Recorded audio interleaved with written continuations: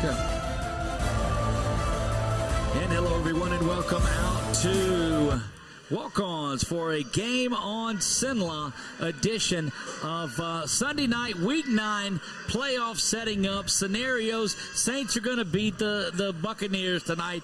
Man, it's electric in here. Halloween night. I dressed up as somebody that knew what they were talking about. We know that doesn't happen much. Sitting here with my man, Will. Dude, can you tell that I'm back and I'm pumped up? I missed last week. I'm ready. Recharged, buddy, and ready right in time for the playoffs. Oh, look, how could you miss this? Look, we have had so much coverage of sports that we've done over the weekend. Got to call my first ever volleyball. I called the ACEL, the Association of Christian Educators of Louisiana.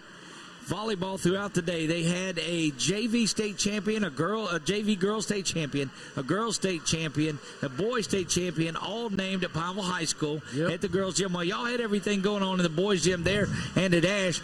And then the 8-man championship football for the ASOL division was over there, and Berkman's Academy, the Saints, won their 40th game in a row and their 5th consecutive state championship. Oh, and how about those LC Wildcats? LC, baby. They knock off previously undefeated Langston University, who was ranked 14th in the country. You know the struggles that the Cats have had this year. I got nothing. What else can we talk about? Oh, yeah, playoffs. Yes, playoffs are coming. They're going to be here next Sunday. We'll have the brackets, and I mean, I can't wait to look at them because you've got a whole bunch of different playoff paths set up for these local teams, and we know what everybody's got to do to get there. All right, now we're going to go to LaMar, and I was going to LaMar, and I don't see LaMar. Where his best John Cena impersonation. You can't see him.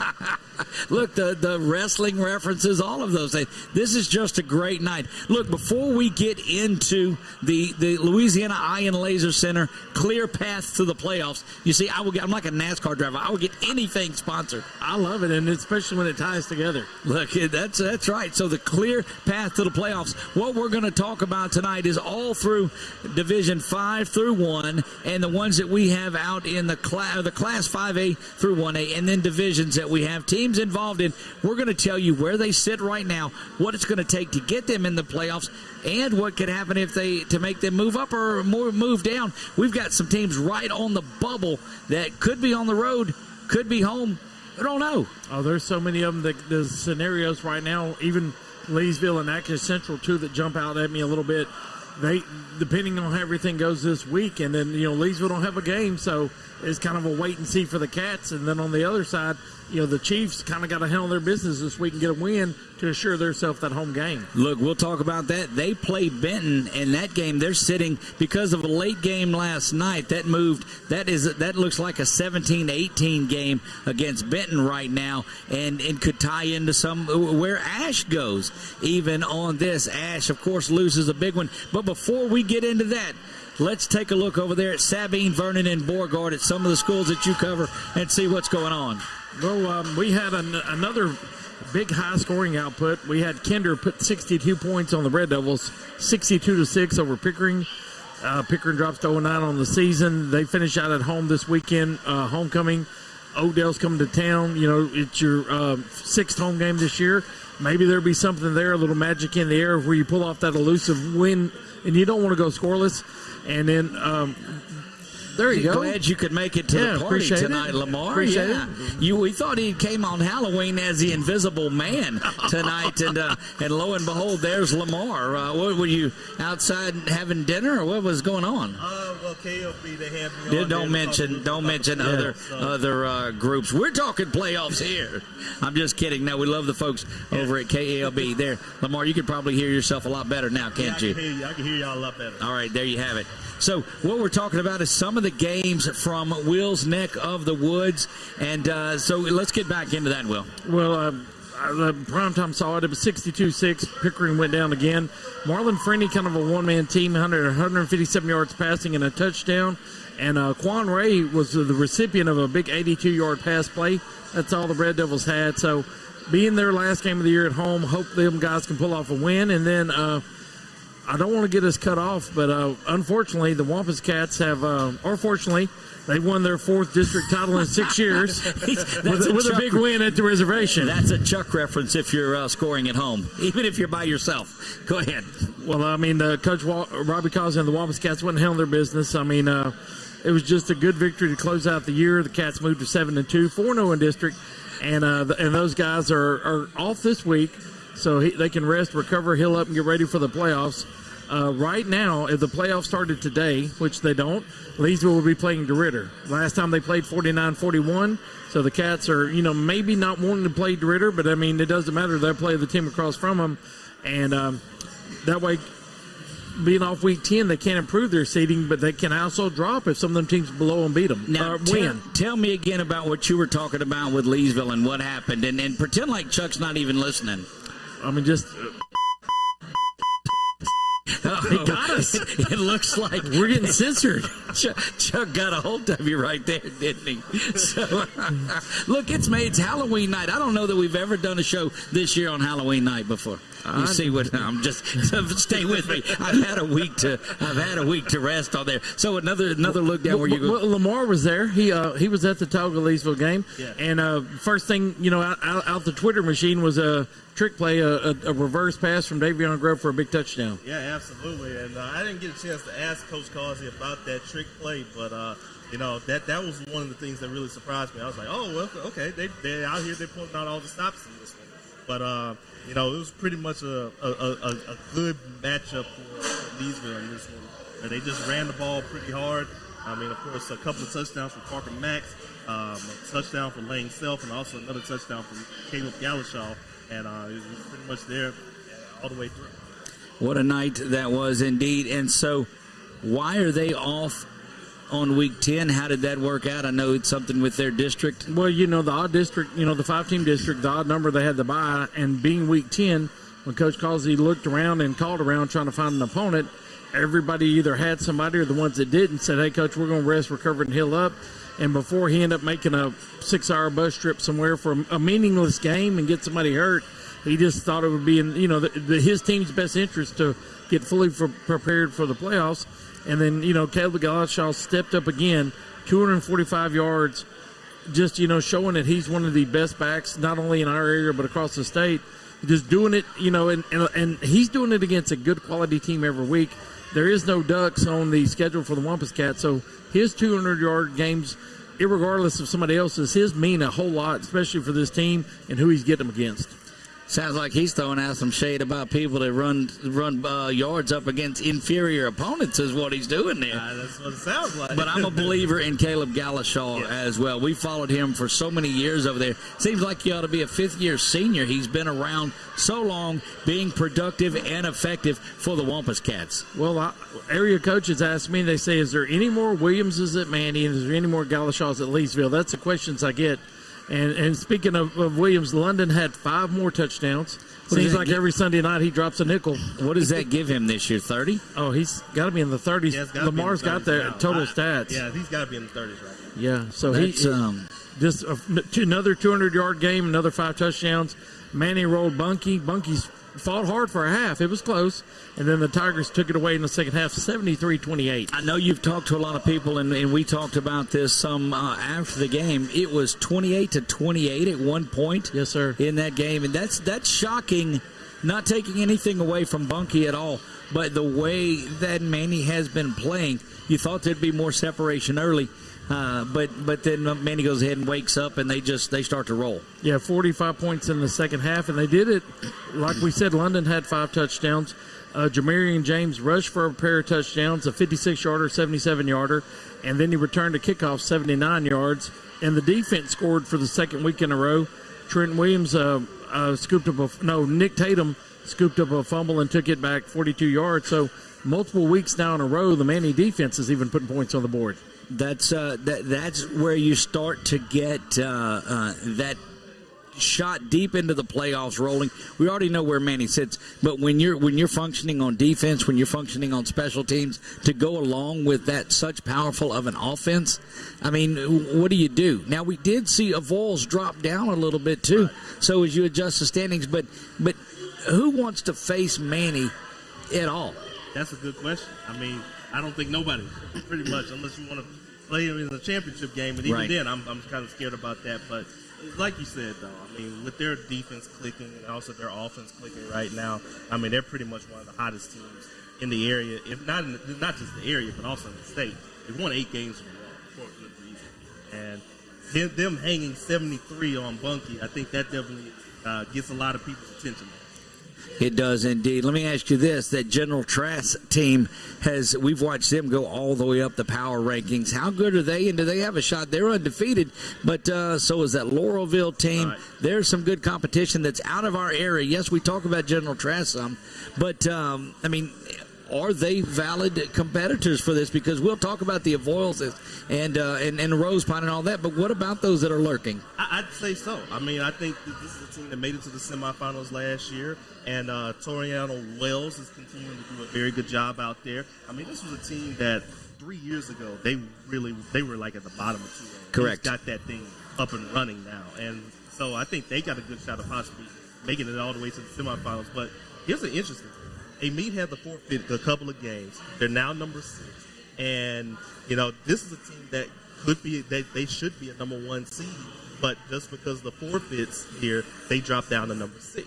So they're now going to have to get matched up against somebody who they probably would face against a little bit deeper into the playoffs, and they could probably spoil their hopes. We want to talk about that in a minute. We're going to discuss how bad of a draw somebody gets with Brother Martin dropping all the way down in the rankings and going to come up. You're going to see a potential state championship matchup perhaps in the first round. Yeah, first or second round. Question that was asked in week 2 that I asked both of you on there. Who in the world this season with the chip on their shoulder was going to beat Catholic of Baton Rouge? And we all said nobody. In the words of the great Lee Corso, not so fast, my friend, because just this weekend, what happened? Yeah, Woodlawn of Baton Rouge won that game, 35-28 against the Catholic. And so, shout out to Marcus Randall. He's the head coach out there. Bluegrass Miracle, Marcus Randall. If you're not familiar with that, exactly. That's him. And he's won a title before as a head coach, even though it was taken away when he was at Southern Lab. So, you know, they're now 4-4. But of course, I think this probably refocuses Catholic of Baton Rouge now. I mean, now they can need. They could just look at this and just say, hey, look, you didn't play your best game. Okay, so I'd be scared for the rest of the Division I. We're going to look at that momentarily. We're going to take a quick break.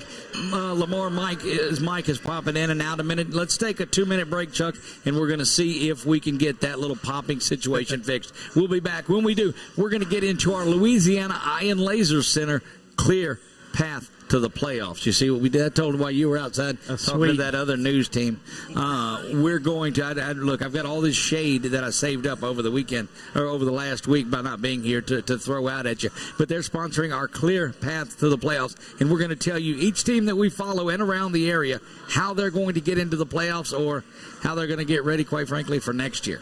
We'll do all of that when we come back. You're listening to Game on CENLA right here live from Walk-Ons on 446 Sports.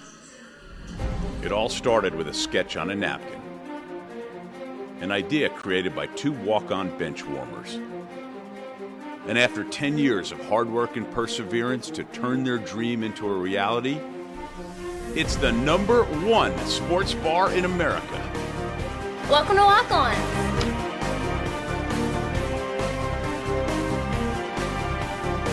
Walk-ons, because everyone needs a little playing time.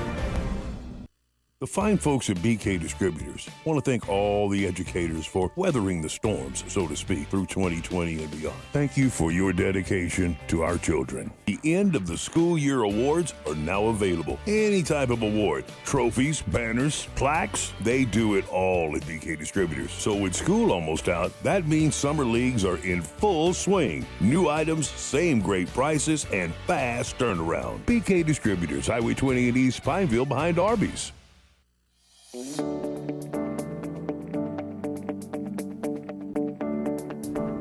From the second you step in our front door, we work with each client individually, taking the time to understand their unique lifestyles and their wishes and their needs.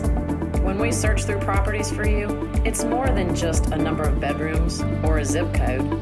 It's about your life, and that's what's important to us. We work with you until we find that home of your dreams. When we do find that perfect home, we walk you through the process from the first step of making the offer all the way through until closing day, and we hand over those keys. Let the Trish LaLa Group go to work for you, and let us help you find that dream home.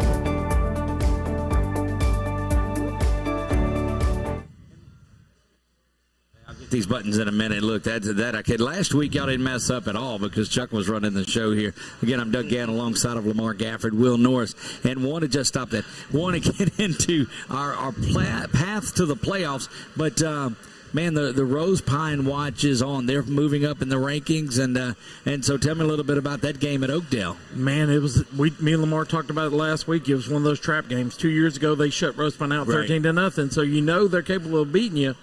Rose Pine was down in the fourth quarter. I mean, 20-19. You know, you're tested. You're on the road. You're in a hostile environment. Wait, because I know what the final score was in there. It was 20-19. They were down going into the fourth quarter. Yes, sir.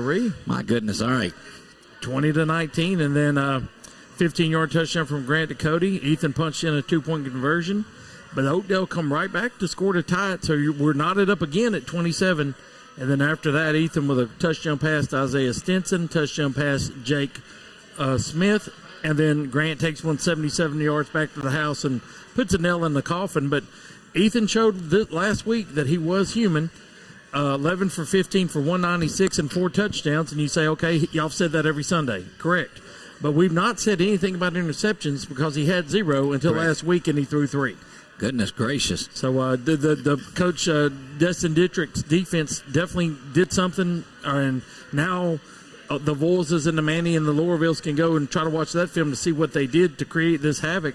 And then Grant to Cody, another 200-yard performance, 16 touchdowns, or 16 carries with 3 more touchdowns. And like we said, him and London Williams are combined for over 50 touchdowns. And those kids are, you know, if the playoffs started now, depending on where Rose Pine sits, if they get in that 8 slot, then, you know, we got a Rose Pine Manning matchup that would be for the ages. We're going to talk about that a little bit when we get into it, because I've got a question for you that I've posed most of the year, and actually before that it happened, but we'll get into that. LaMar, want to talk about some of the games that happened in our area this week.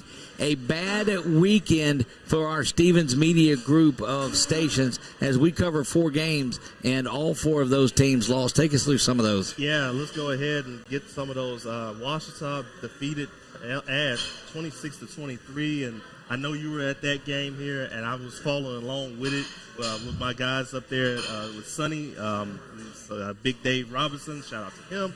But I was following along with it, and the punter ran 85 yards for a touchdown. Okay, so that's Shonkavian Lewis that was back there, and he was a running back last year. And look, all right, so it's still aggravating. I hate that you brought that up. I thought we were just going to move through this. So Ash has taken the lead in the game at this point, and it's 23 to whatever 7 less than that is, 19. So 23-19, Ash takes the lead, and they're marching down and they're doing what they have to do. Defense comes out, gets another big stop. It's 4th and about 20 on this play, and it's a low snap back to the punter. And here come the Trojans. They've got him tackled up. He gets out of it. Houses it because everybody's up on the other side of the backfield. So they had him sacked. The Trojans would have had the ball 1st and 10 from inside the red zone. Instead, Lewis gets out of there and goes 85 yards for the touchdown. And you talk about a dagger in there, just a dagger. But thanks for bringing that back up. I'm sorry.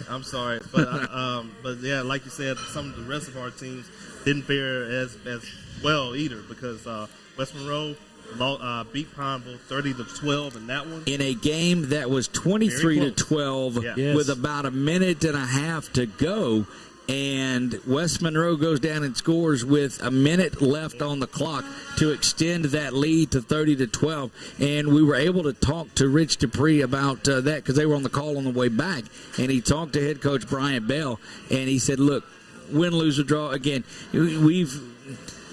moral victories are what the cat scratches over, all right? And follow along with me with that reference. But nobody wants a moral victory whatsoever on there. And he said, look, we won't count this as moral victory thing, but watch out for the rebels. We're building, and this thing is starting to move. And as we also said, too, Metallica lost that game against Leesville 34-7, and then Avoyelles shut out Menard 30-0. We talked about that too. Avoyelles just rolling, and that was 30-0 at the half in that game, and it just kind of got out of that one. Avoyelles rolling on, and all that Tom Boucher and Lewis Love could talk about on the way back was that big lineman that Avoyelles has. That kid is what is he 6'12", and so you see, no, I know that would be 7 foot. I know what that is. So, but just a giant. He's a giant of a man, 6'8". And as Boone once said, he was a ham sandwich shy of 370, but now he's about 400 now. Yeah, he's a ham sandwich over it. But look, when you watch film on Avoyelles and see the different size that he has, it's just amazing. They know how to run the football down there. And look, selfishly, I get all of this other than what a great story, Laurelville and all of those things. I want round 2 of Manny and Avoyelles, bar none. No offense, Rose Pine, I love you, and that would be a great matchup and all of that, but they're going to be on the same side of the bracket, it looks like, so that's not going to be possible. But I need more of Avoyelles and Manny. I think everybody that was there that night is looking forward to it, and me and him said last week, if it's $5 or $50 to get in, you're going to get your money's worth. Right. Coach Boone and his team feels like they let one slip away. Coach Curtis feels like, hey, maybe a few mistakes here and there, and we should have handled our business a whole lot better. So, both coaches come out of there with a different scenario of it, and, it's like the old saying, just get you some, and that's what both teams would do if they get a chance. And that's why it's so important for me and LaMar was calling today Scenario Sunday, and that's basically what we got on our clear pass. But, next Sunday when we walk in, it should be bracket time. So, we will know then. Tomorrow or next Sunday, if you guys are fine with that, we're going to extend this out and have a 2-hour edition. We're going to take through each one of the brackets and have our bracket Sunday, and we're going to discuss all of the brackets on there. Like to get some of the coaches that maybe are the number 1 seeds, some that have home games, whoever we're covering that's in the playoffs. We need to set up the Zoom calls and have them on there, and it's going to be our time to discuss all of the playoffs that are going on. So if you guys are doing this, I don't know that it will beat Halloween night here with all the costumes that we see these servers have, but it's going to be pretty cool. And so all 4 teams go down in defeat on that, and it was just a tough night. Yeah, tough night for them, and like I said, most of them, they still got playoff aspirations, so at least that's the good thing about all of that. And I know some of the teams in the area, they got some good wins here, but like I said, at least those teams, they still got playoff aspirations. They still got a hopeless chance for the playoffs. So Week 10 should be fun. Week 10 is going to be a lot of fun. We're going to take a break here, Chuck. When we come back, we'll get into our Louisiana Eye and Laser Center clear path to the playoffs. We'll do that in 2 minutes when we come back. Right after this, live from Walk-Ons, it's Game on CENLA. Now, ladies and gentlemen, are you ready? Security Sporting Goods wants to tell you all camo is 50% off, and it's fishing season. In the red corner, it's Powerhouse Combo, Zoom, and Lose. And in the blue corner, seasoned veteran Abu Garcia. These 3 name brands will take care of all your fishing needs. Plus, Old Town Kayaks are coming soon. Need a handgun? In stock, Springfield, Sig, Glock, and Smith & Wesson at Security Sporting Goods, 2220 Memorial Drive, Alexandria. The following things are just plain wrong. Pouring coffee into a light socket. Dressing a 300-pound man in a tiny pink Speedo. And hiring an unqualified employee for your business. Express Employment Professionals in Alexandria is here to assist you in hiring that right employee or helping you find your perfect career. Apply online at expresspros.com/AlexandriaLA. In Central Louisiana, you might see me at the ballparks or soccer fields, or we might cross paths at the grocery store. I'm your local Farm Bureau insurance agent, your local expert when it comes to protecting what you love and depend on. I'm Jason Hawk. Learn more about how Farm Bureau insurance can save you time and money. So talk to Hawk at 318-791-HAWK and let me help you protect your biggest investments. Real service, real people. Farm Bureau Insurance. It all started with a sketch on a napkin. An idea created by two walk-on bench warmers. And after 10 years of hard work and perseverance to turn their dream into a reality, it's the #1 sports bar in America. Welcome to Walk On.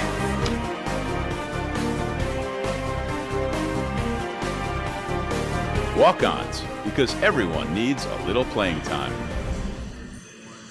And we're back live to Walk-Ons, another beautiful Sunday night. And in the commercial break, you saw the Express Employment Professionals commercial, okay? Met with them this week, too. So what we're going to start doing next week, and this is fun, all right? They've got what's called the Express Jobs app, and you can keep track of everything, and it's for doing good work for the week. You know, when you work for Express Employment Professionals, like these big companies, Plastipack and a lot of groups there, in order to get on with there, you have to go through Express Employment Professionals. They're putting people to work every day, also finding employees for employers. So if you're an employer and you're having staffing troubles, you can call them. But I sat down with Seth Landry, who was the owner, and he said, I'd like to do something that's based off the come on man thing, but you don't really want to chastise high school players for messing up. So we ended up going with the Express Jobs Great Play of the Week. We're gonna reward. He's putting together a $25 gift card for the winner of that, and that will start next week. And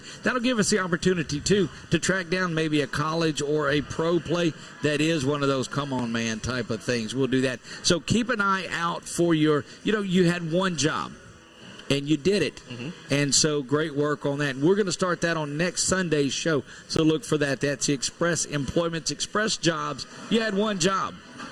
So there you go. Look, we'll get everything going. And somebody's going to get a gift card every week. So there you have that. And no, we don't get the opportunity to get that. Do we get gold stars? You get to come on, man. Well, yes, I'm going to get stickers. Okay. And I'm going to start putting that on your headset there. For every time you do good, I'll put stickers on your headset. How about that? Like some of those college football helmets, yeah. That's right. See.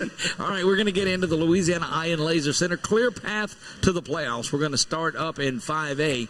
And no, on the next slide, we're not jumping from 5A to 3A. That's just because whoever put this together, confused and put those backwards in there. So bear with me. Look, it's been a difficult week. It is not anybody else involved in this but me messing that up. Almost did it. But we're on my show, so I can say screwing it up if I want to. Yeah, and I did that. All right, so in 5A, we look at that, LaMar. I know you've got that. Take us through 5A and kind of give us an idea. Yeah, so right now we got 3 teams in 5A especially. We got Natchez Central at number 17 here, and I'd say they firmly in the playoffs right now, but if they win this game against Benton, they get a home playoff game for the first time since 2002. Last time they had a playoff win. So that was the year they played against West Monroe in the second round. But this is kind of a playoff game right there between these two teams, because whoever wins likely gets a home playoff game, and the loser more than likely is going to be on the road, maybe even a rematch of that game in the next round. So we'll definitely see about that. And you like that one so much, that may be the one you go to. Is that right? Absolutely. And, of course, I know I got my start over there at Natchez, so I can't wait to get a chance to, if I do pick that game, I can't wait to see if I get a chance to go back there. But that should be a really good game between those two teams. Look, the things that go on in LaMar's mind about how he goes to which game and where he goes to, I don't know how you get anything done with. He's got the brackets going on in there and the power ratings and where are we going next and all of that. And I'm sitting back going, oh, football. So you see the difference on what happens there. Another local team that we have that's in there, the Ash Trojans, they're sitting at 19, firmly in the playoffs, but facing a road game unless a lot of things happen. They face West Washita at home on Thursday night. Do they move up, or are they on the road in the playoffs? Well, they're probably going to be on the road in the playoffs here. West Washita, with the win against them, that's only going to give them 12 points, so that's only going to inch them up just so slightly. They're going to need a little bit of help, though, and one of the things that might can help them out here, that Natchez Central or Benton, whoever loses that game could probably help them out there in that case. But then you're also going to have to see some of those teams above them, like West Monroe or Southside or even East Ascension here. Can they lose those games to give them a home playoff game? If that's not the case, they're going to have to probably face against them on the road. And I got to believe the way the jockeying would go on there you would tighten things up and have a possible 16-17 matchup against West Monroe. Sure, that's a great first-round matchup. All of that is great, but you've seen the playoffs. Go play somebody else. Go do something. You want those games to be quarterfinal games and get all that. You don't want to face a district opponent in the first round by any means at all. And so a lot has to happen in that. Right now, if things, and we use this phrase, if the playoffs were to start today, they would take a trip down to East Ascension to play the 14th ranked East Ascension team from there. So that's interesting. Pineville, the other team, they must win to have a chance. They're sitting at 37. Yeah, they're sitting at 37 right now. They're in a must-win territory right now. They have to beat a very hot Ouachita team that's just defeated Ash and also defeated West Monroe. And went to double overtime with Ruston. Ruston and West Monroe will play for the district title on Friday night. So, wow, it just keeps going. Look, Will, I'm going to tell you this. I wrote these notes, okay, and folks can see them on the screen. And in the middle it says whether you're in, or you're home, you're away. The question mark by Natchitoches Central, because if they win that Bend game, I expect them to move up and get that home game. Yes. I do too. They'll move in. And so I was like, LaMar, what does MW mean? And he's like, where were you at earlier? I don't know, but we text each other a lot. And me and him were talking the other night. 16 through 19 could shuffle so much. You might see Natchitoches Central at home hosting an Ash, and then the winners would have to go to number one. There's so many, just in those four spots, there's so many different scenarios. And wouldn't that be amazing? Because those two teams could be district opponents next year. Yes, they could. A lot of shakeup is going to come in that. I'll tell you that. But the beauty of that is Ash can go on the road as a lower seed, pick up a win if they can, and come home in the next round due to the upsets and the way that things go. So we'll see about this. I guess I messed that up somehow. Again, y'all didn't have this problem last week, did you? Because Chuck was doing everything. Anyway, we'll do that. All right, let's jump over to 4A. And continue looking there, and that's got some of the local teams that we have in it. And LaMar, if I left one out, we'll do this. Starting from teams that are out, Bolton and Peabody, they'll have to come back and get them next year. Yeah, they have to come back and get them next year. But at least the good thing is this matchup between those two teams, the Blue-Green Classic, it will be for pride here. Obviously, Peabody, they would love to try to get that one win. But also, Coach T would love to try to beat Peabody for the first time in his Bolton career. So it's still a lot to really play for, and of course, neighborhood pride. Absolutely, it is. So the top team in 4A that we look at is the Wampus Cats of Leesville. They're sitting at 13. They're district champions, firmly in the playoffs. They're going to be at home and don't have an opponent. So it doesn't look like they really dropped down out of a spot where they wouldn't have a home game in the playoffs. No, I think that Coach Causey's in a firm spot to host a home playoff game. Like we said earlier, if he started today, they would have DeRitter, but DeRitter's at home playing Tioga. So Tioga at 29 could possibly even drop down and be on borderline of getting in. And if the Dragons can beat Tioga, they would move up some and avoid Leesville in the first round. DeRitter had almost 400 yards rushing at Peabody the other night with that Ronnie Crosby. I mean, that kid's lights out, and he's had a couple 200-yard games. So the Tioga-DeRitter game is not only for second place in district, and, we still second place, but it's big playoff implications this Friday night in DeRitter. And just in our last segment on 5A, we talked about district teams playing each other again in the first round, like a West Monroe and an Ash or something like that. You would talk about an instant classic if Leesville and DeRitter went at it again. We almost had that happen a couple of years ago. We were kind of hoping for that pipe dream to happen, and unfortunately it did not happen. But that would be amazing to see those two teams play against each other. And I think, didn't they play against each other in the playoffs once before? Yes, they played each other in the playoffs 2 or 3 times. And it's always usually whoever won the first one didn't win the next one.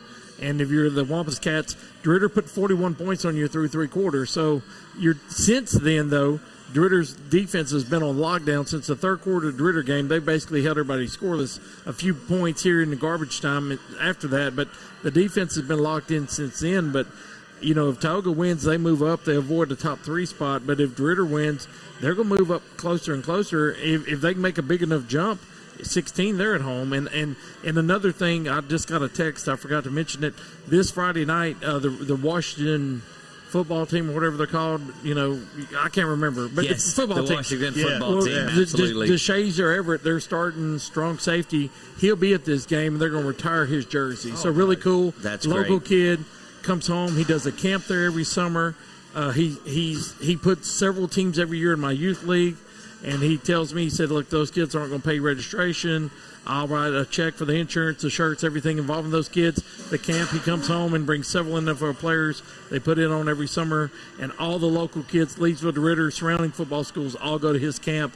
Well attended, and it's a big deal, and it's a big deal for him. He's really proud of that, and he's still an active player, in the NFL. As we get closer to that, too, or when you want, let's get him on Zoom on one of these shows, and then let's talk to him. I know it's difficult on Sunday nights for his day job for him to be able to take time out and be a part of this, but would love to see anything solid like that we want to see. LaMar, let me ask you this. A Tioga loss in this game, if that happens, do they fall out of the playoffs, or do they win and stay down at 30, 31, wherever they're at, and face another trip down into New Orleans to see an Edna Carr, or up north to Neville?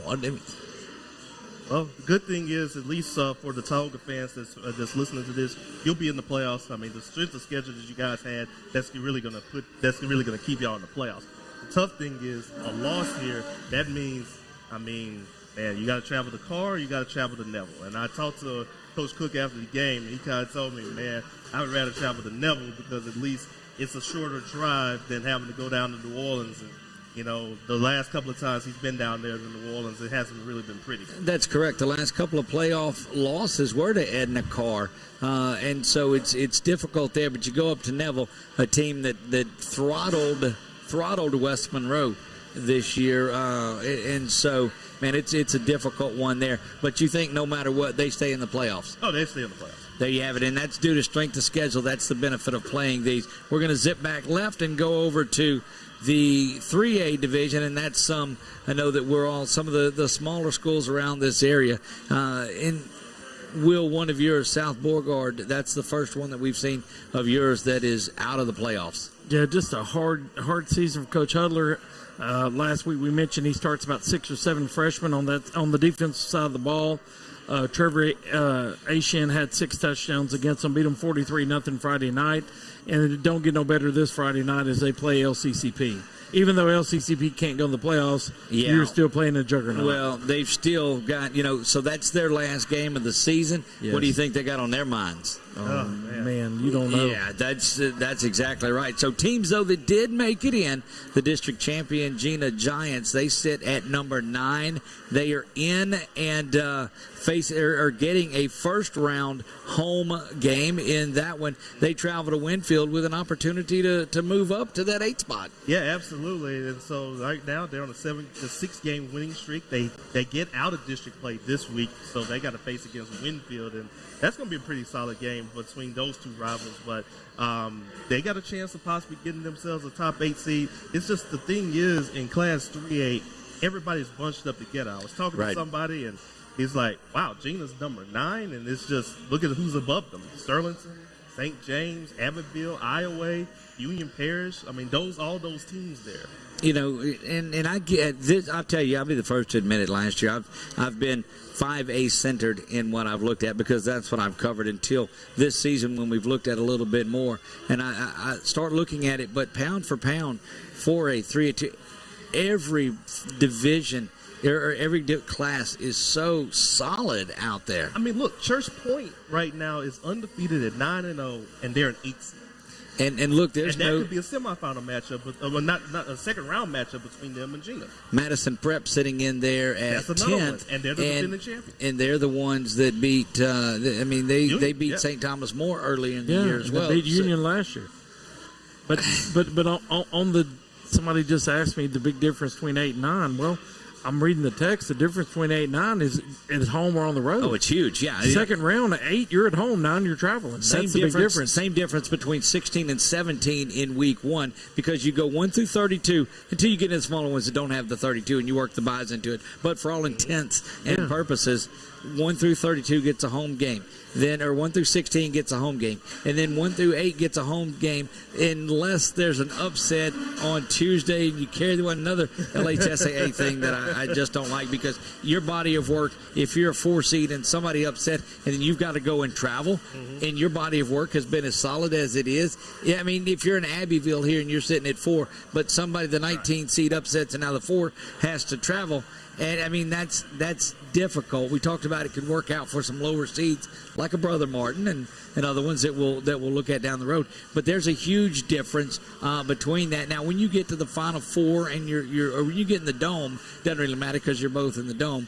But even the semifinal game, it's a difference when you get to 4 of hosting a semifinal versus being on the road for it. So, look in increments of 16, 8, and 4, and that tells you where the difference is. Yeah, in the semifinals, the best seeded team, 1 through 4, is guaranteed the home game now. In years past, it wasn't. And we seen Welch a couple years ago come to Manny, beat Manny and Manny, and that was one of those seeded things. But now it's where the home team does get it there. But in that second round, that's what happens sometimes. That's right. Basketball more times than in football, but it still happens. And you're 32-2 and you're on the road in the second round, but you can always come back home. You remember 2 or 3 years ago when Acadiana had their forfeits and they get seated lower and they come up and just destroy Ash in that game because they were a lower seeded team. And there are a couple of scenarios where that's going to play out this year as well from teams that have gotten forfeits.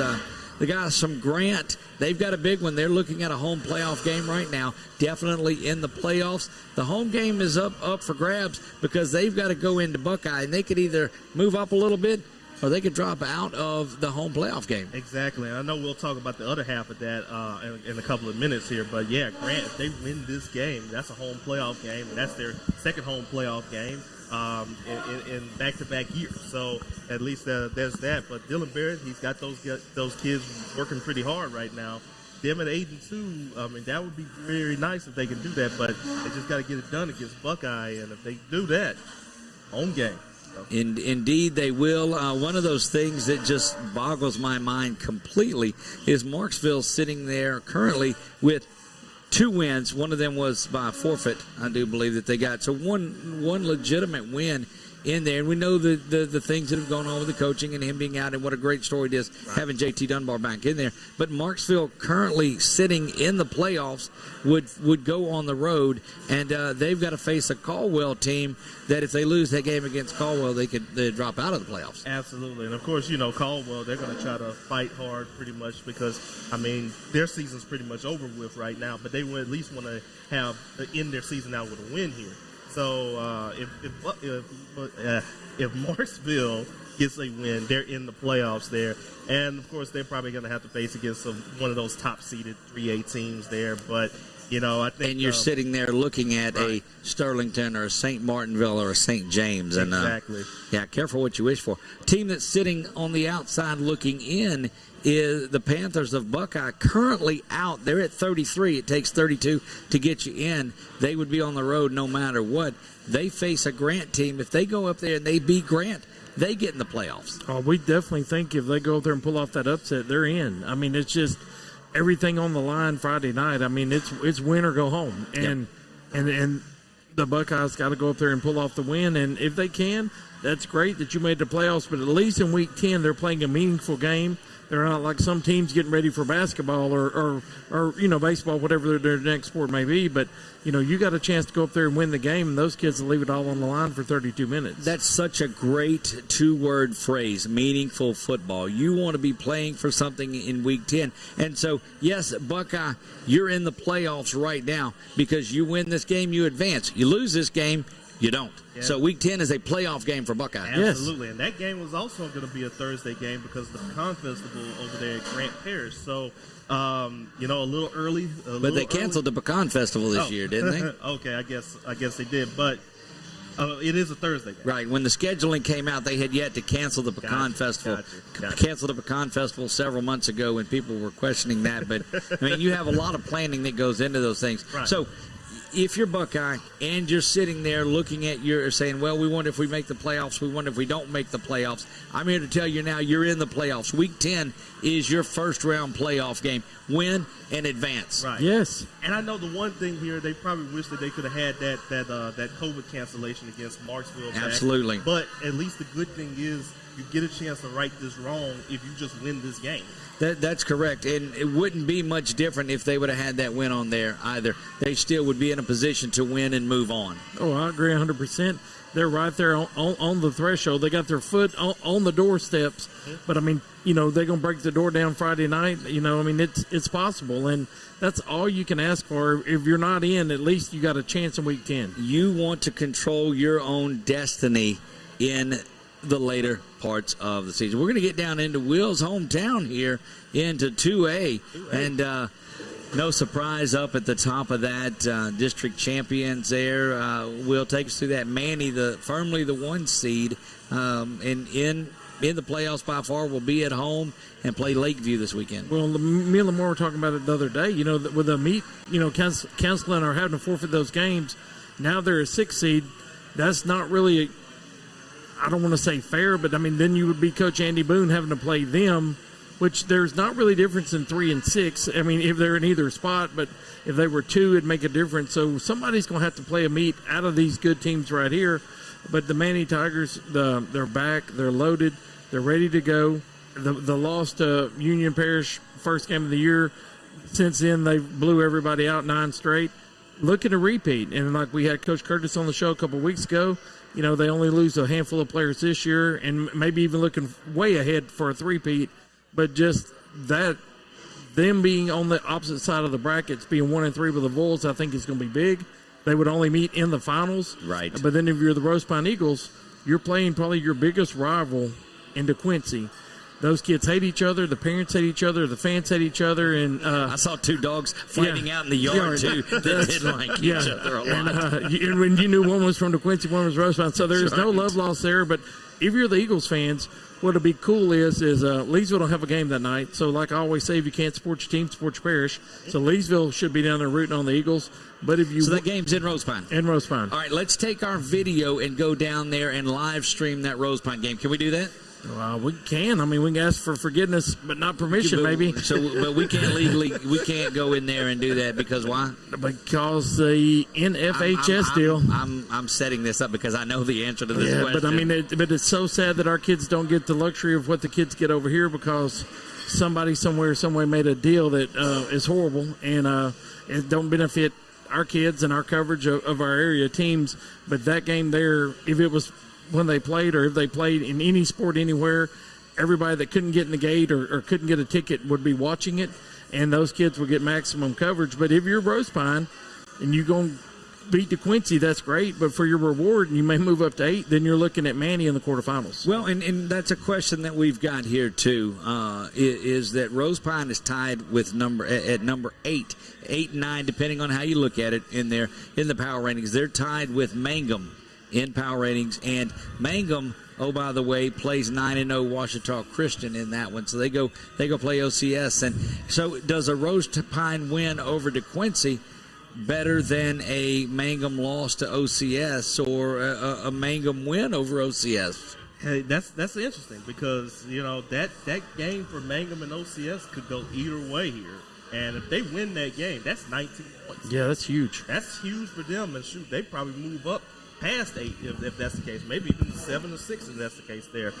So it'll be interesting to see what happens in that regard because I know that Rose Pine, if they beat DeQuincy, that does give you 15 points. One of the questions that we talked about, Rose Pine has just the 1 loss on the season, and we wanted to. My man Will had to bail out, and I'm not going to tell any of y'all why he had to go do that. But glad to have you back. Man, don't know. I don't know if I ate a bug or what. Felt like I was going to choke. I wasn't going to do it, and Chuck kill me. We won't get no more homemade cookies. But oh man, not at all.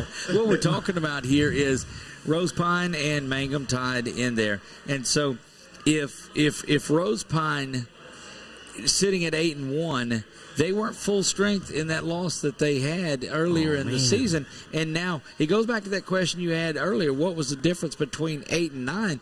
Well, it's a home game. They're already going to have one. They would have the potential to have their second one. But if they don't stay up in that top 8, they would be probably at 6 or 7 right now if they would have had that victory and sitting there at 9-0 on the season, but not at full strength in that game they take the loss in. And irregardless, I mean, you can't put an asterisk on that Logansport game. We talked about it the other day. Logansport was 0-4, beat Rose Pine. Since then, they went 5-0.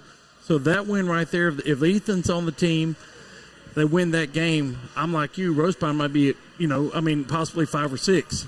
And then you're looking at maybe possibly a home quarterfinal game where now you're guaranteed to be on the road. And last year, I went on the road in the second round at Laurelville. So if you're the Eagles, I mean, that game is going to come back and be so important for this seed, and there's nothing you can do about it. But, Absolutely. Man, that would have been a great win. But, and what we'll look at, too, if they're that solid a team that was going to be a 5 or 6 seed, they will take care of it. But how great would it have been to have a second or third round game there in Rose Pine? Another one we wouldn't be able to live stream for you. But yeah, absolutely. We wouldn't be able to do it. Maybe some of those mamas screaming with cell phone Facebook Live. Right. But not a high-quality production like what we could put out for those kids. But it would be sad because Rose Pine, again, they've never made the quarterfinals in school history. So how good would it have been to make it and then to have it at home? Well, we look for big things out of Rose Pine in the playoffs. They're going to go take care of business this week. I'm predicting the victory over DeQuincy. I've only predicted one thing this year that I lost, and that was Tioga. And Tioga Pineville, wasn't it? That I did. No, what did I? Tioga Peabody. I did. Yeah. So, but there will be so many people there. I'll try to send you all a picture. We got to go to DeRitter and take a picture of Deshay's jersey retirement. We're coming back to Rose Pine. I'll probably have to drop down your loft and hike 3 miles to get back up there. But nonetheless, that will be the I don't think any game will have more attendance. West Monroe, Ruston, maybe. But that there will be in the top 2 or 3 attended games in the state of Louisiana. I can assure you Ruston and West Monroe are going to have plenty of folks in there. Jumping down into 1A in our Louisiana Eye and Laser Center. Clear path to the playoffs. We look at 1A. LaSalle, although not really local to what we're doing, really close, and we still get some coverage for those guys. They're firmly in at number 7. They've got a home game, but they travel to St. Mary's, and that's going to be a battle. That's going to be a good battle between those two. I think in this case, though, they should have enough in order to get a first-round bye. Because if you get to number 8 in that class, you get a first-round bye. And I think just by playing St. Mary's alone, St. Mary's already has 7 wins for you. Yep. So even if you lose that game, that's 7 points. I mean, that's 8 points there. I mean, I think that's going to be enough for them to get a bye. Let me ask you this too: the games where there are byes taken off, like Leesville. So you're going to be off a week on there. How did that bye week work out? Another team's playing and they're staying in their rhythm. Yeah, and that's going to be one of those things because this LaSalle team has been playing pretty well all season Correct. long. They're 7-2, and with that extra bye week, would that take them off their rhythm? So this is a team that has at least got a COVID win earlier this season. So I guess they kind of. had a little bit of a bye week, so they had an experience of really realizing what they had to do in order to do that. So they've been through it. Maybe they probably know what to expect. There you have it. St. Mary's had that loss to Logansport last week, so they played tough teams. East Bow is in. That's another one of those teams that we cover out of the BWS sports area, too. They are in. They're looking at a first-round home game, but they go to Grand Lake. So tell me a little bit about that. Well, Grand Lake's your 1A state champs. So, you go down there. It's going to be a tough test. Kane Atkinson for the Trojans. The kids, me and LaMar's got him in the top 4 in the area. He's averaging about 200-plus yards a game. And East Beauregard went and played Hamilton Christian, and that game was another high-scoring affair, 64-30. Hamilton Christian pulled it out. But the Trojans could put points on the board, and with that wing double T veer thing, they could beat anybody on any given night. And, they're going to give Grand Lake a test. Coach Simmons is not going down there to shake hands. He's going in there to try to pick up a win. And those kids at East Beauregard, they do the same thing week in and week out, and they have perfected that wing tee, and they just do so much with it. Indeed, they do. So it's interesting to watch that. Had a comment come in on our Facebook page. Shannon Burgess says we'll have plenty of room in our new press box there on top of that new press box that they have. That's a brand new, beautiful press box at Rose Pine. Just got it in time for this end of the season and the playoff runs. Shannon's an old Mid-South wrestling buddy and works at the Beauregard Parish Sheriff's Office. Films all the games for the kids. Does a great job. I've been with him in the rain and in the cold. But they won't let him stream them? No, sir. Sorry, that's the last time I'm going to make a comment on that. I promise you until the next one. Northwood Lena and their resurgence, they are in. They've battled around the last couple of years and eked in at a 32 or a 31, whatever it is. Now they're sitting there looking at a home playoff game. Yeah, they're sitting in there. Last year they had a home playoff game, and this year they got a shot of doing it the same too. So this game between them and Block got their first win of the season against Montgomery. It seems like the winner might get a home playoff game here, and it would be special if Northwood could do it, get the 5-5, and do that. Probably face against a team like Centerville, but also Block. I mean, this is a team that was 0-8 at one point. They can get 2 wins to close out their regular season, and then they can also host a home playoff game. So you're 0-8, and you've got an opportunity to host a home playoff game? Yes. That's going to get me back onto the split talk because you really shouldn't. I guess it's great to host a home playoff game. Yeah, let's not do that. My folks in Maryville. Yes, sir. You called the big win this year. They got win number 2 this weekend, didn't they? Oh man, a big win. They went on the road and beat Oberlin 20-19. Say it again so the folks in the back can hear you. What did my Maryville guys do this weekend? Panthers clawed for that win, baby. That's right. Claws up. Claws up 20-19. Cameron Williams with another 138 yards, getting close to 5,000. Caleb Lewis with a rushing and receiving touchdown. My quarterback, Remington Cootie, do a touchdown pass. I mean, just love the kid's name. How do you not, with a name like Remington, fire bullets into the end zone? I don't understand that. I heard I should have been a Pirate. And I'm hoping next week we might can get Bart on here to talk about the little special thing that they did at Maryville this year. Still hadn't forgot that. He's just been kind of tied up on Sunday afternoons. But the Maryville Panthers in that big 1A district down there, they're in there with Grand Lake and Hamilton Christian, everybody. Those teams that come out of there usually every year in the playoffs, with it being the limited number of schools in Class 1A, a lot of them pick up wins. Their playoff games sometimes are easier than their district games because that is one tough district, and it encompasses all of South Louisiana. It does. And Montgomery sitting there in the playoffs, too, at 1-8. They still have a shot, and that's because I love how he does this. He's going to, yes. Scenario Sunday, baby. Yes, it is. They still got it. They're right there at 24, and they got to face against. It's going to be tough to see what's going to happen because I don't see any of the teams in the bottom of 1A possibly winning. Right. And if Montgomery wins, they automatically get in, and if they lose, then they're going to have to watch and see what happens. They have to face against Logansport, and that's going to be tough, but at least they're going to get some good points off of that. They'll probably push them in there, but unfortunately, that may mean you got to face against White Castle or Basile or West St. John. And it's one of these.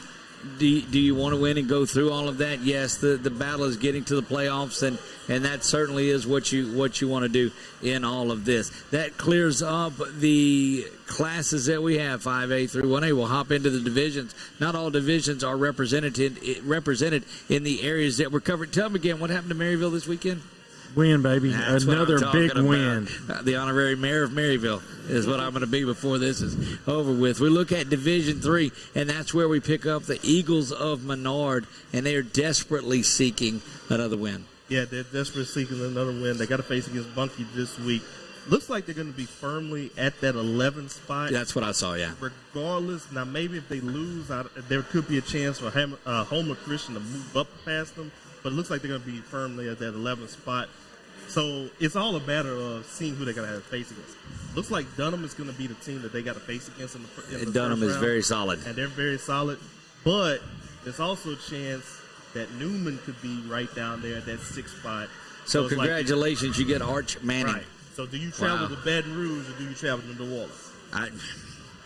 Goodness gracious. I tell you, we talked to Tom Boucher and Lewis Love on the LA Friday Night Lights show this past Friday, and they had a lot of good things to say about what were going on there in Menard. And this is a young Menard Eagle team that are making their way back into it, and a bright future for the Eagles there. But this Bunkie team's got something that they got to come in there and battle. Well, we've seen what Bunkie did earlier this year. They blew Pickering out. They picked up a couple wins over the course of the season. They're much improved, way better than last year. And then, by battling the teams in that district, both these two teams here, I think, is a good even matchup. I think the game could probably go either way, but it'd be more important for Menard to make sure to stay where they're at, and not drop. But it's a slim but light chance they would. And let's not forget, Bunkie's coming in here with a 4-game losing streak, and they need to win in order to get into the playoffs too. So they're going to try to get give Menard their best out there too. And Bunkie was playing their best football for a half this past Friday. Oh yes, sir. You're on the state champs turf, and you're going blow for blow with them for a half. So, they're showing what they can do. We don't know how many kids play both ways. Maybe got tired, got wore down, but I mean, you did a good job up there. And then if you could replicate that this week, I mean, you might have a chance to pick up that home win against Menard. How much of a letdown does Bunkie have after such a battle last week? Well, that's you're battling the state champs. I mean, it's one of those things where you're doing the best you can to keep it competitive through a half. And we talked all year. The season's one season, then the playoffs is another season, and right now they're wanting to get that second season. And I mean, just for back to the old moral victory stuff, what you can do against the state champs for a half, but you got to put it together for 4 quarters, not just 2. And I mean, we all talked about Bunkie early in the year that these kids have gotten so much better. Yep. And it's on the rise. I talked to Dr. John Fletcher yesterday. He helps with the baseball and some of the football stuff.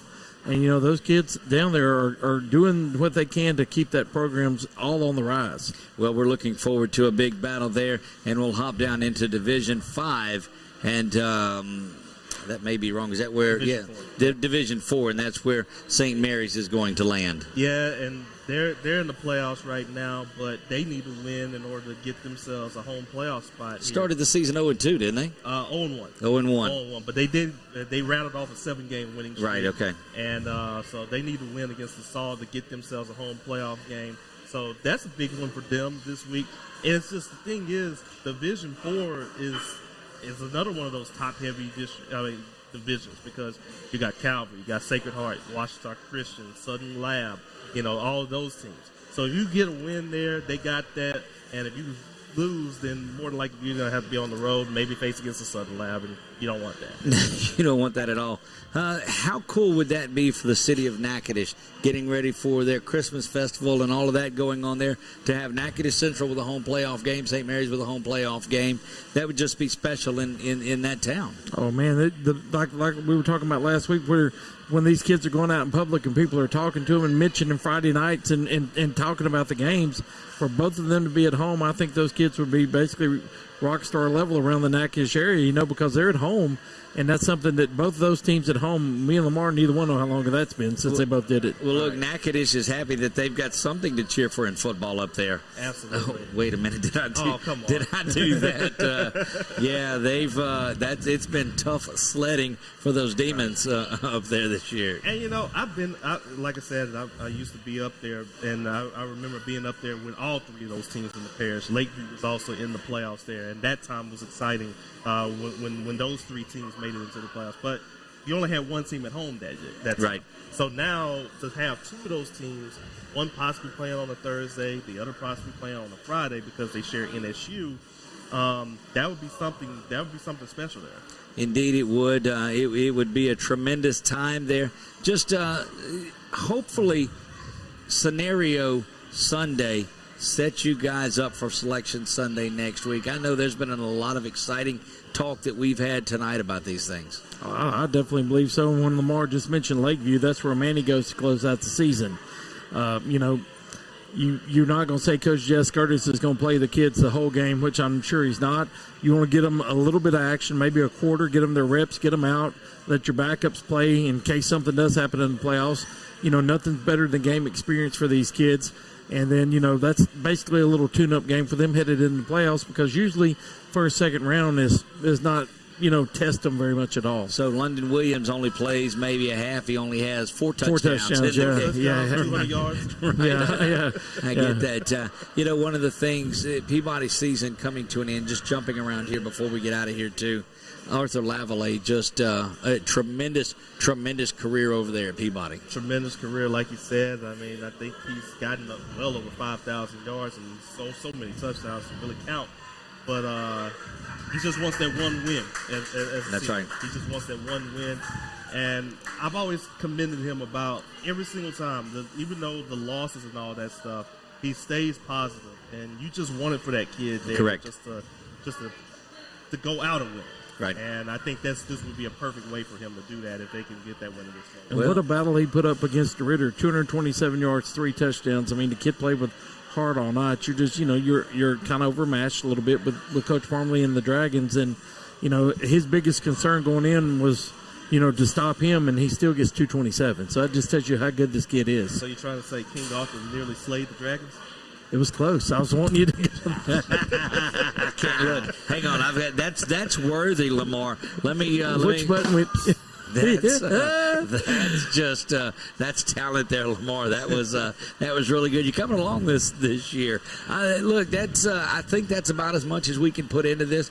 Thursday night is the Ash game against West Washita. We'll know a little bit more on what they do. That is a must-win for the Ash Trojans. That moves the Thomas Bachman Show to Tuesday night here. You can catch the Eagles Nest Coaches Show out at Menard. That's Justin Charles and his coaches show that's out there. They call it the Eagles Nest Coaches Show. That's at 6 o'clock on Sunday 106.9. And then on Thursday night, you will have, let's see what we've got. Oh, the Buckets. Kevin Cook Show is going to be Tuesday night as well at 6 o'clock. That's the Tioga Coaches Show. And then Thursday at 6 o'clock will be from Jim Deggy's The Bryant Bell Show. So you can get your feel on some football over the next week. Some of the teams from around here are going to be moving on to Week 11, but all I can do is encourage you to go out and watch some football, because there's a lot of football. Definitely, and I feel like I'm probably going to have 2 games this week, so I'll be at Buckeye to see them play against Grant. That's a big one out there. And I guess the Friday game, I haven't really made sure of it yet, but I'll either be at the Bulls or Natchitoches, probably Natchitoches. Well, over our way, we got basketball starts. I mean, there's not very many small schools this way, but we have 3 basketball tournaments in our area. Fairview and Simpson and Pleasant Hill all start basketball action. That's Thursday through Saturday. And then on the football side, Leesville's off. South Bow goes to LCCP.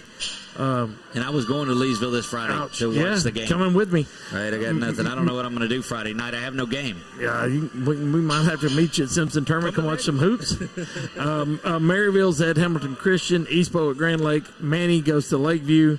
Oakdale at Pickering. The Red Devils got one more chance for a win.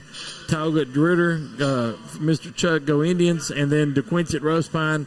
Like we said, it's going to be a knockdown drag out. It's going to be a hard-fought game. And if I thought I didn't have to get there at 3 o'clock, I would probably drive down to Rose Pine, because I still have it pinned as to where it is, so I know where to get there. We'll go on top of the press box with Burgess and hang out up there with him. Great view, brand new press box, and there will be plenty of action in Rose Pine. Getting on top of the press box, a guy that's 5'6", scared of heights like I am, anything above that, if I'm not in a box, I'm in trouble. No, we may do that. Not sure where it's going to take us. I need to do one of those polls like LaMar does. Where should I go? You used to do those. Which game should I go see on there? But again, the Mrs. 446 Sports has not said if I'm going to be allowed to go out for a Friday night game. She started talking today. I said, look, the game's on Thursday night. She said, why don't we do this, and this on Friday night? I was like, well, it's still football season, so about that, I catch grief for that. I love you, babe, but it's football season. So, well, then before we know it, I mean, when the brackets hit, we got basically about a 3 or 4 week run to see who's got that chance, outside chance, or the proverbial favorites to go to the Dome. We think several teams around here have a chance. I love to see as many as humanly possible get there, but man, it's just so exciting that it's getting cooler. It's football weather. I mean, and just, the fans are going out and supporting these kids. If you know your kids are not in the playoffs, go out Friday night and watch these kids play. Give them that support. And if, like with Peabody and Pickering, go support them kids, and we hope and pray they get their first wins of the season. But, don't have empty bleachers and you're sitting at home, doing nothing. I mean, go out and support these kids and worrying about something else. Go support all these kids. And then, again, some of them will be at basketball next week, and then go support them there. But nonetheless, Friday night, we got several teams fighting for their playoff lives. Go cheer those kids on. And look, as the playoffs come to an end, we will roll this show over into a basketball show. And so we're going to start doing that. And then when baseball makes its way around, then we'll do that as well. And so you're going to be able to catch Game on CENLA all throughout the year. We'll do that. Looking forward to a great show. Here's what I challenge both of you guys with. Okay. And this is going to take a lot of work. Brackets will come out around noon on Sunday. Is that right? Or do they come out? Maybe a little earlier. Around then. They'll be set Saturday evening from where it's at. But so we'll know Sunday morning where the teams are going to be and what the brackets look like. The teams that we cover, the ones now, if you've got somebody in 5 and 1, we don't have. Bring in your brackets, and it's bracket time. It's March Madness, but I know we're in November. But let's get the brackets and see how and name our state champions that we feel are going to be there. That's going to be a tough one, and you're probably going to aggravate some people. But who says we haven't done that already? Well, and then my other thing is that all the coaches, everybody in our area that we talk about, I mean, we can send them a link. If you know your coach hadn't been on the show, we'll get them on the show. And then everybody that's going in the playoffs, once we see them confirmed on the bracket, like you told me, we'll invite them all to pop up on us next Sunday. We're going to extend it to 2 hours. And that invitation is out there currently, and we will talk to as many of these coaches about their playoff seating as accept the invitation. So if you're watching along with us, or you're going back and you watch this later, which, praise God, a lot of you do that. You go back and you watch it at a later time. So we certainly thank you for doing that. Tell your coach, say, look, did you hear you've got an invitation to be on this show? And if they tell you what show, well, they're not coming on anyway. If they don't know, I joke about that. But look, we want to have any of these coaches that are moving on, that are in the playoffs. We're going to talk about what's going on, and we're going to do that next Sunday, a special 2-hour edition. Don't know if it's going to be from 6:30 to 8:30 or if it'll be from 6 to 8. But you guys barely rolled in here anyway. Or do your other news things stop you from coming in? Well, my only thing that stopped me was yesterday we had the tip-off. Right. So, look, it's going to be an exciting game. It is Bracket Sunday. What did you call today? Scenario Sunday? Scenario. Next week it's real. I'm good with that. We'll have a good one. Join us next week as we're going to discuss all things bracket. And, look, I'll extend this to you guys as well that are out there watching and listening and following along. Let us know how terrible our picks are. Give us who your state champion is going to be. That's what this discussion is all about. This show is for you. And we're big boys. We can handle it. Yeah, but before you do, like, comment, subscribe, send us a message, whatever it takes. Indeed, and we look forward. Look, I did record Chuck. Chuck had his state champions a little bit early, and this is what the recording that.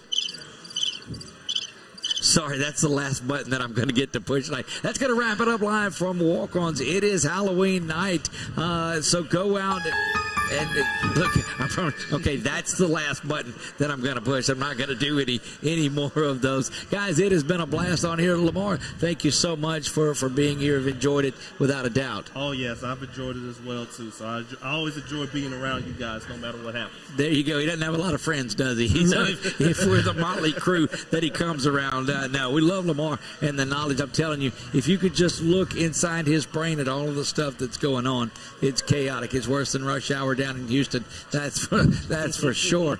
Will, and again, for the insight that you bring to us from that West Louisiana area, we certainly appreciate all of that. I've made a lot of new friends down in that area simply because of you. Oh, yeah, and then our kids can mention not only me and LaMar do newspaper, radio with you, and everything else we do, but it's just all about the kids, and it's just such a joy that all these kids are getting more and more attention, and just the basketball coverage will be through the roof. There's so many teams in the area that may or may not go unmentioned. Now they're going to be getting their 5 seconds of fame or mentioned, and we look forward to a lot of big tournaments, a lot of big action around, and hopefully we can bring you a lot of that on this side of the Central Louisiana. Look, we're excited about it. I don't believe that me and Chuck and D'Lo and Jared and my camera workers and Rich and all that could cover more in a 2-day span than we covered between Friday night and Saturday with that ASL stuff. But that was exciting. Met a lot of great folks there. And a big shout out to KLFY down in Lafayette. Used the video footage of the game that we broadcast for their news broadcast. And so I get that call late Saturday night. And the guy from down there says, hey, we want to talk to you about the filming of your game. And I was like, really? Well, that's cool. Let's talk about it. He says, can we use your video? I said, I thought you want to talk about the game. He said, no, we just want to talk about using your video. I was like, no, you can't. But I did. I let him. Well, I hope and pray the ACL, compared to what it has been to what I know it can be, I hope we get to do the basketball as well. Faith Training, the defending state champs, is over in our area at Leesville. The girls' team's looking to go back-to-back. I would love to have them here, but I would love to have the luxury of the Vernon Parish fans to be able to watch those kids live from over there, just to get a little tape on. Why don't we stream some of the stuff from down there in the first? Never mind. That's the last time that I'm gonna mention it until next week. Then that would be great. It was just look, and I tell you that Bergman's Academy, and they're from the Grand Coteau area. And so I started describing where they're from in Grand Coteau, and my wife was like, where's Grand Coteau? I said, it's just this side of the Little Big Cup in Arnaudville. She's like, oh, okay, we go right through it all the time. 40th game in a row that they've won, and their 5th straight 8-man football state championship on there, and just grind the ball out. What a great fan base that they had. Great group of folks out of that Lafayette area. Well, and the ACL championships in all sports are in the Pineville, Otago area. Central Louisiana will host all the ACL state championships. I service the Southwest Louisiana Homeschool, which is just north of Sulphur. The Knights were in the championship, and they battled. It was 12-12 at one point, and now that's made up of homeschool schools homeschool students from around the area. That's their owner, Mr. Bill Wild, right there. Just another good. I mean, he's the owner and the man that runs the Southwest Louisiana Homeschool, and we service his officials, and I told him about the games, and they were so excited, and he thought it was the coolest thing ever.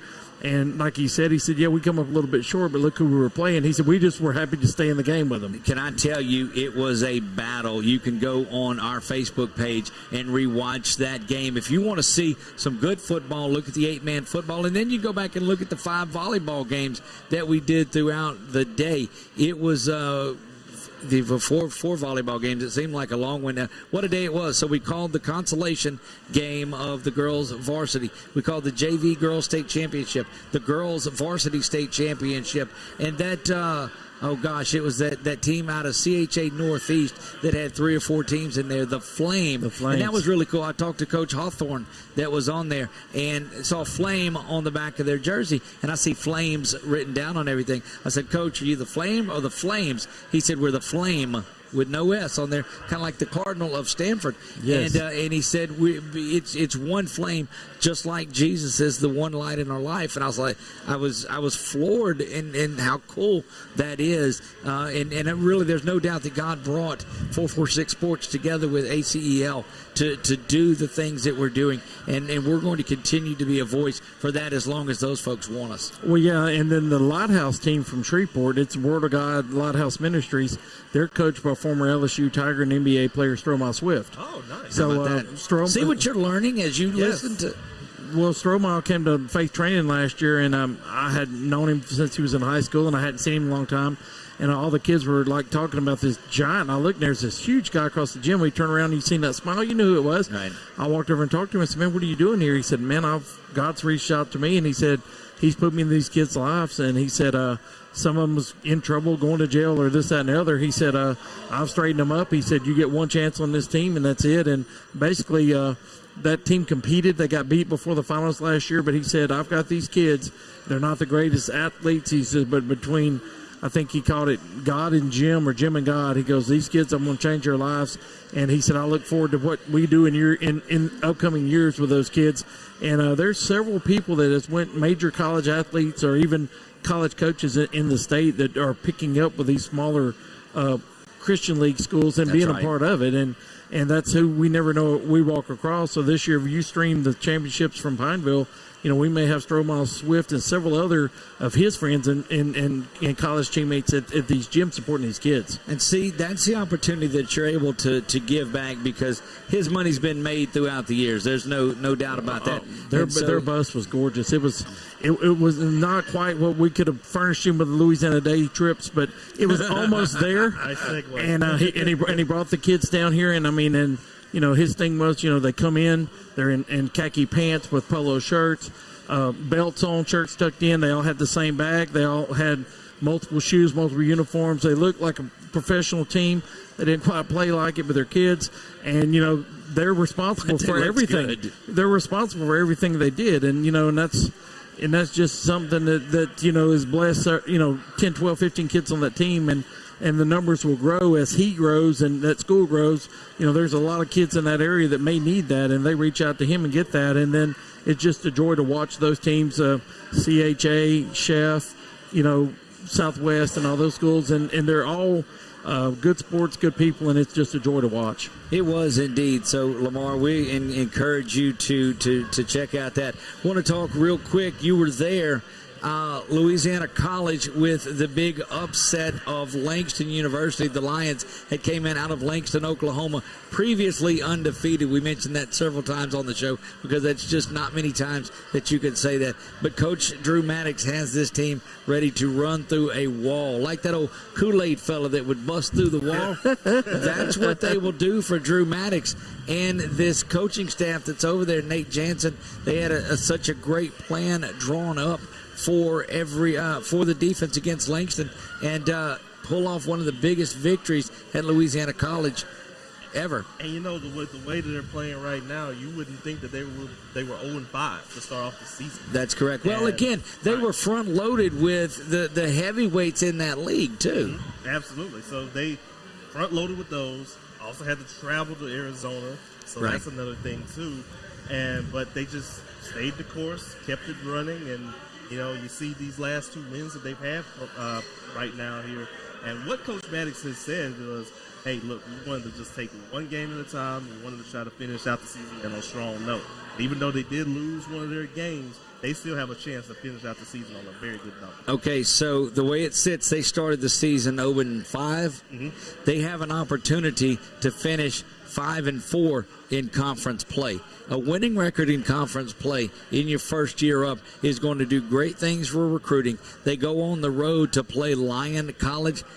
You look at it, should be favored in that game. And then they welcome Texas College in for senior night 2 weeks from now. Should be favored in that one. We talked about that in the pregame show. And to have Louisiana College come in and finish with a winning record in Sooner Athletic Conference play would be huge. That says a lot, because a lot of people really didn't think that they were going to be this great coming in here and into a new conference and into a new conference and into a new league. Right. I mean, a new division, quite frankly. Right. They go from D3 to NAIA. Exactly. So in order for them to do that, that's a good thing. So shout out to them. Shout out to the basketball team for getting the win, and also shout out to the soccer team, the girls soccer team especially, for hanging 25 points. Okay, now that you brought that up, I disagree wholeheartedly with a team putting 25 points up in soccer on somebody winning 20. If you win 25-23, I get that, but you win 25-0, and you'll never convince me that that's okay to do. No, I don't agree with it at all. That's like some of the football scores we see some weeks, 80-0. Like we talked about Rose Pine last week. You got a kid that's an 8th or 9th grader, gets in, he picks a ball up and just runs.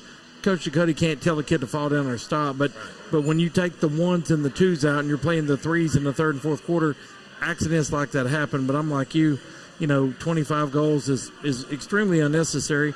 I've got 2 texts since we mentioned LC moving up, want to know about the reclassification. I don't think that we actually can talk about it now because they have through Tuesday to appeal their numbers and counts. Correct. So until all that's processed and LHSA sends a final ruling, it's still kind of speculation now. We know Grant's moving up, Kinder's moving up, but until the final counts are set, right now it's just we don't know what's going to happen. And we should know the districts by probably sometime next week, if not the week after. So. That's going to change a lot of the things that we talk about because yes, there could be a major shakeup in central Louisiana as things are out there and may change the way that this local 5A district looks. Could change. Well, I had the discussion with Coach Bailey Brasher in Winslow on Saturday. You know, do they go south? Do they go north? They don't know. And then 4A, the same thing.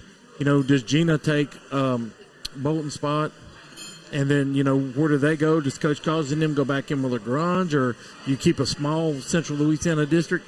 There's so many district plans, but when people see them, that's not in stone. They always have the appeals process, even on the count and on the districts. So until all that's ruled on, it's still just on paper, but not in stone. I'll tell you what I'm an advocate for in this local District 2 5A. I'd like to see in District 3, any districts that don't have the opportunity to be all in one area there, I'd like to see you change a little bit so that you're able to play different people. We've talked about this year the team scheduling non-district opponents that you don't normally see. Send Ash, send Natchitoches Central, send Pineville down to the Lafayette area, the Lake Charles area. Get in there with a Sulphur and a Barb. What that would create in baseball, what it would create in basketball, what it would create in football. Keep those Shreveport teams, move Bossier over to Monroe into that area on there. There's a lot of great things that you could do. And now you're just traveling left and right rather than north and south and however it is that you get up to Monroe. And no, that's not a case of, well, you don't want to play West Monroe, you don't want to play Rush, you don't want to play. No, you want to play somebody different. You want to get in there and battle different people. And then the same thing that all the coaches run into, you run into that situation where we've got a 8-team district like Grand Lakes District in Maryville. When you got them 18 districts, when you schedule, that's 7 games you've already got in stone, right, and you only got to hunt 3 opponents. But when you do the little 4- and 5-team districts like Coach Causey, you got to go out and hunt 6 opponents. And when you're winning, nobody wants to play you. And then when you're losing, you're everybody's homecoming game. So it's one of those things where, you know, it shuffles around. But at least we've seen DeRitter come over here 3 or 4 times this year. They played Buckeye, they played Marksville. And Coach Parmley were lucky to get those games because you're reaching. And that's why Coach Curtis and Manny, he played Tauga and he played DeRitter, just hunting games. Right. And by playing up, you still get a few points for playing up. But just to make your schedule nowadays, it's just so tough. So you talk about homecoming and everybody's homecoming opponent. This was LC's homecoming, and how do you like looking down the barrel of that gun? A 7-0 team coming on. You're 2-5, 2-6 on the season, and you're looking at an undefeated 14th ranked team in the country coming in for homecoming. But oh, by the way, LC gets the victory. One thing I was very disappointed in, and I said it on the show during the game. It was packed on the LC side from the student section all the way over to where the reserve seating is, and halftime is over and they named the halftime. They named the homecoming queen. Congratulations to Faith Kirkland for winning the homecoming queen. But it was a mass exodus after that, and this is the balance. So the people who come there for homecoming and didn't stay for the game and missed out what was a tremendous game. Made mention to it on there, but. You're there, support everybody. Oh, I agree. And me and LaMar, we've been at games, it's 80-point blowouts, and we're both hungry. We stay to the final horn, no matter what sport. We've been in Sulphur before, and you sat there through 3 rain delays, your feet and back hurt, and you stayed to the end because both schools out there see you there, they know you're there, and they expected you to be there. And after the game, we always go talk to both sets of coaches. You know, every kid walks by, you dap them up, and then, you know, you go on about your business, and it ain't about you at that time. It's about your student athletes. What we do is never going to be about what we do. It's going to be about what those kids do. LaMar, great show tonight. Thank you for everything that you do. Look forward to talking to you next week. Will, my man, appreciate everything that you do. D-Lo, good job of texting the whole show again. Great work over there. My man Chuck Perkins doing yeoman's work, and I've put him through the ringer since Thursday night and not stopping because we'll be back here live at Walk-Ons on Tuesday night, guys. It has been a tremendous honor to be a part of this tonight. We're going to go ahead and make our way out of here. This has been, let me see where I've got. Hold on, I got to do this. Chuck gets mad at me. I've completely broke everything, Chuck, but I'm going to fix it before it's over with. This has been a Game on CENLA production. 446 Sports bringing you Game on CENLA live from Walk-Ons. I am Doug Gann. God bless you all and good night.